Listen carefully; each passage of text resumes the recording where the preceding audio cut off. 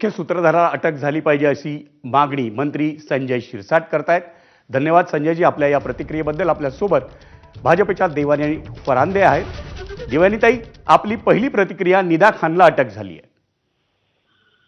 अतिशय चांगली गोष्ट आहे। 1 महिन्यापासून गुंगारा देत ती पोलिसांना फिरत होती। तिला कोणी लपवलं, ती कुठं कुठं लपली, तिला पोलिसांपासून दूर कोणी ठेवलं, ह्या सगळ्याच गोष्टींचा तपास होऊन तिला हे सगळं कृत्य करण्यामध्ये कोण मदत करत होतं, की ज्याच्यामध्ये लव जिहादमध्ये हिंदू मुलींना अडकून मग पुढे त्यांचं धर्मांतरण करणं, ह्याच्यामध्ये तिची कोणाकोणाशी कनेक्शन्स होती, ह्या सगळ्याच गोष्टींची पाळंमुळं जी आहेत ही खणून काढायला पाहिजे। आणि आता निदा खानच्या अटकेमुळे, कारण या सगळ्या प्रवासामधली सगळ्यात महत्वाचे धागेदोरे तिच्याकडे आहेत आणि या सगळ्या कृत्याच्या मागे ती आहे आणि त्यामुळे तिचा कसोशीने तपास करून लवकरात लवकर या प्रकरणामधले जे मेन सूत्रधार जे आहेत हे पोलिसांनी आता पुढे नेण्यात आलं। देवानीताई, संजय शिरसाटांनी पण काही आता आरोप केले या प्रकरणाच्या मागचे कोणी सूत्रधार आणि त्यांनी काही नावं पण घेतली। या संदर्भात आपल्याला काही माहिती आहे?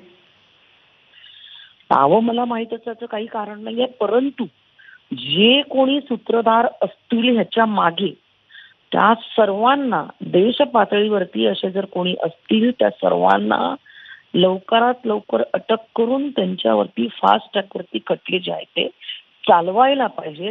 कारण एकूणच एक मोठं कटकारस्थान आपण बघतोय की देशामध्ये विविध राज्यांमध्ये अशा पद्धतीने चालू आहे आणि त्यामुळे या सगळ्या नेटवर्किंगचे मेन सूत्रधार जे आहेत ह्यांच्यापर्यंत पोलिसांनी निदा खानच्या माध्यमातून आता पोहोचवलं पाहिजे। धन्यवाद देवानीताई आपल्या या प्रतिक्रियेबद्दल।